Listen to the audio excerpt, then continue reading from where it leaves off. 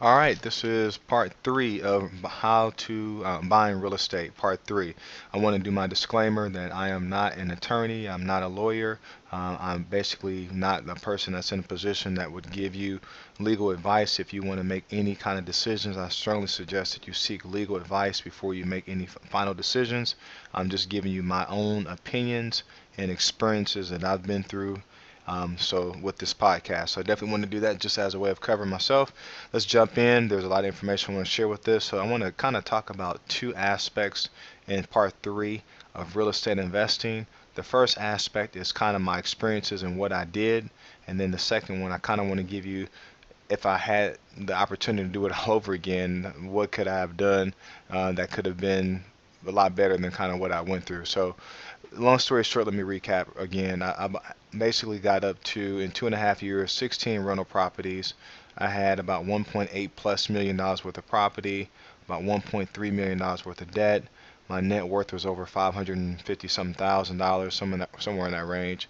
And I had, I thought I was on my way to being a millionaire on paper and net worth within probably another year and a half to 2 years. I thought I'd probably get there in 4 years. It's kind of the thought process that I had. 2008 happened and the debacle came down, and a lot of my values of my properties plummeted like crazy. I mean, they were going down 70 or 80% within 6 months, and tenants moved out, and lenders stopped lending, so you couldn't, get money to fix these properties back up, and the list goes on. So it was like a perfect storm for a lot of people that were in the real estate world. And if you own real estate at that time, you already understand what I'm talking about. So just want to make sure again that you know that I do know the game. I know how to buy properties with cash.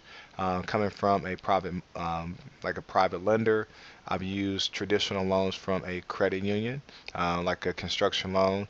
I've actually went out and got a regular loan where I actually bought a property and put money down and all the good stuff. So I've done all aspects of buying property. So let me kind of go through the different ways that I did buy property, and then I want to talk to you about where I messed up, and then if I was to do it all over again, kind of how we go about making that happen. So my first property I bought was a three-bedroom, two-bathroom property that was definitely in the inner city. I didn't want to take big risk, and I strongly suggest that people start out with properties that are more in middle-class neighborhoods instead of lower-class neighborhoods, because I had a lot of vandalism, a lot of people going in there stealing copper out, stealing my furnaces and stuff like that, because they were hood properties, and people in the inner city constantly have vandalism and theft. And I'm not saying that to make anybody mad. I'm just telling you this on the real. This is what I went through. So I want to make sure that you guys understand that if you're going to buy investment property and you don't feel like you want to take a bigger risk, you rather start out with $25,000 property as opposed to 80. When you're dealing with a culture or a community or certain demographics, you actually may be taking a bigger risk even though you've got a smaller loan. So just please keep that in mind. But I bought the property, I put money down. It was some gift money, so I used that money to put down, and then I acquired the property. And the actual property I bought was from another investor, which so he made some money on me, and then he put a tenant in there, which I strongly suggest you never try to buy a property with a tenant in there unless you actually really go back and rescreen that tenant. And that tenant put me through a lot of mess, and so I had to go through that and then try to get another tenant in there, and the list goes on. So that was my first one. Had basically about $15,000 worth of equity, 15 or $20,000 worth of equity, cash flowing about maybe $100 a month, somewhere in that range, 100 to $110 a month, and which is only like maybe 1,200 bucks a year. And then if they had problems with the property, $300 plumbing problem, which I had a ton of those out there because they kept using two-ply toilet paper and in that toilet, and it was just backing it up. And then there were sewage problems and all that stuff. So just be very mindful of your strategies of how you buy. But the problem with that property was I didn't have a lot of equity. The property was being rented to not a Section 8 tenant, but just a regular tenant.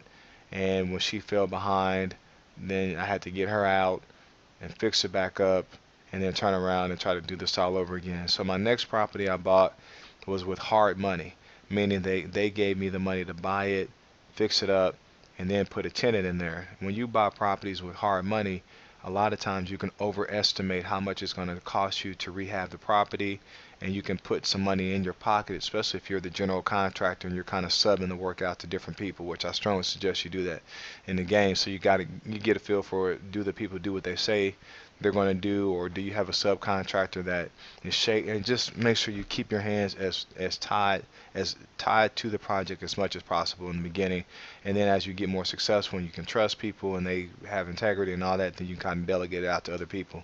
But I actually found all my subcontractors, I paid them a small amount to start, and then they got draws based upon performance.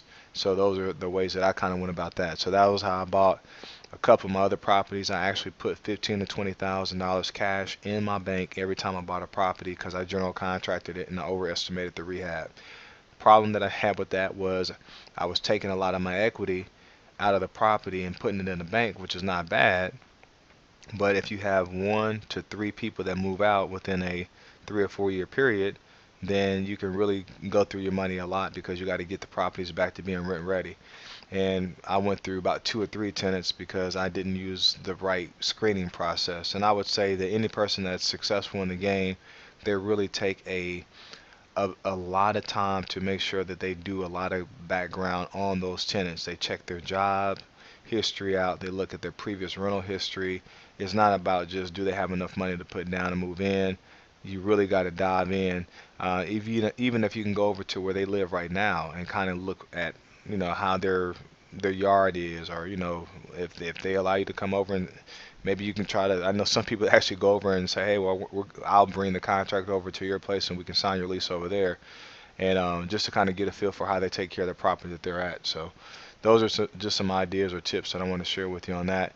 Other ones is when people have assumable mortgages, or you can actually buy them through a trust, and assume the mortgages that way. I won't go too heavy into that because that's more of a sophisticated strategy, but you can assume mortgages as long as you do it within the guidelines. And by doing that, then you actually can take over their payments, and then you can actually owner finance it to somebody else and create a spread. So let's say you get a house that the payment is $750 a month, and the interest rate is 6%. You assume that loan, so you take that loan on, and some of them are qualified assumptions. So however that assumption part happens, but you assume it, and then you can sub lease, or you can do a rent to own to someone else, and you can charge them maybe 8.5% because they got challenging credit, and then you can take the price from 100,000 up to maybe 115 or 125 and do it over a 3 year lease. And so how you're making your money is the 2%, the difference between the 6 that you're getting charged from the bank on the assumption, and the 8 that you, or 8.5 that you're charging the new guy that's coming in that's got some shaky credit. And then you're also getting a little bit more because you're upselling the property based upon inflation or appreciation. So those are some things that I've done when you buy property. Now let me kind of flip the script here. One of the reasons why if I could look back and change some things, I would have continued to, because having the rental properties is what everybody wants. Everybody wants cash flow. You want to know that you've got, the dream is if you've got 10 properties and they're all free and clear when you get to retirement, and you're making, let's say, $700 a month. Well, that's $84,000 a year, that you're making on 10 properties without getting out the bed. These people are paying their rent, and you've got a retirement of $84,000 a year, and you can then travel and enjoy life. I mean, and you got a ton of tax breaks and all that stuff too. So that's the end game. But how do you get there? So what you got to do is say, okay, do I want to own 10 properties, or or you want to make more than 84,000? Do I want to own 20 properties, and make that 168? So 20 total, whatever that number looks like. But once you kind of figure out, okay, this is how much income that I want to make from doing this, then you got to say, okay, how do I add maybe a couple properties in the mix that can be flips, so I can make that chunk of 15, 20, $30,000, and I can just put that in the bank. So if somebody moves out and I've got to put another tenant in there to get them back to making payments, I've got some liquid or a lump of cash to be able to do that. Most people that are in the rental game, they don't take that extra cash flow and put it towards the principal to pay the house off quicker.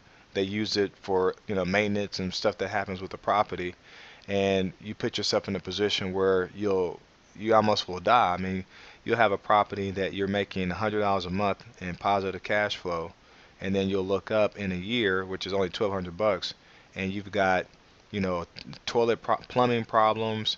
They had some other issues with the hot water tank, or there was something going on with there was a busted pipe, or there's something going on with the ceiling fan that broke, and your all your repairs equal maybe the same amount. 1,200 bucks in repairs, and also $1,200 in total cash flow. So if you're in that situation, you broke even. I mean, yeah, you get tax breaks, but you broke even on your cash flow. You can't get to the end game of having all these properties free and clear by doing that, especially if somebody moves out and now you got to spend $3,000 to $5,000 to fix the property up to get the next person in there. I mean, who has, if you got 10 properties and six of them come, empty at one time, now you got to come up with, 5,000 times, you got to come up with 30 grand just to be able to get all these properties back to being rent ready. And a lot of people don't keep that kind of cash on hand. So one of the things I would say is if you could buy one property and then maybe do a couple flips and use that money to kind of give you a good cushion and or pay that mortgage off, but give you a good cushion, and then maybe buy another property and then do a couple more flips. So then if somebody moves out, you're sitting on 60, 70, 80, or $100,000 worth of cash, and you can play the game of keeping these properties fixed up and rented, because as you put another person in, all they're doing is paying the mortgage down for you. So eventually you'll be in a position where that property will be free and clear, and you'll have that as an income stream along with whatever else you got going on. So in conclusion, because I know I kind of went deeper, but you can buy properties traditionally by saving enough money to put down. You can buy property by doing like a hard money loan and getting enough money to buy it and fix it up. I've done it with credit unions. I've done it with hard money lenders. You can also assume people's mortgages if you do it the right way. You can do it through a trust. There's people out there that can teach you how to do that, or you can do a qualified assumption. You have to look at the note or contact the lender for that. Um, or you can just go out and buy tax houses, or if you got cash, just go buy a house and buy free and clear, and then turn around and fix it up yourself. But however you go about acquiring the property, before you get in the game, kind of know your end game. Know like, okay, I want to have these many property so I can actually have this kind of money coming in every month. And I would not look at buying a property for cash today, because that's not a smart move. I will buy property trying to set up my retirement for tomorrow, and how you can get those properties paid for. You're going to have tax breaks today and you'll get more money back on your income taxes, but how do you get yourself in a position where those properties can all be paid for when you hit retirement, and that's creating another stream of income for you upon retirement. So I definitely want to thank you for allowing me to go through real estate part 1, 2, and 3. I thought 1 would be enough, but there was more information there. We will do interviews. We've got 52 weeks of constant information on these podcasts. We will do more going into future years where I'm interviewing actual real estate investors for the same topics, because we're going to keep these same topics. We'll just go deeper and you'll get other people's perspective as we move forward. So have a wonderful day.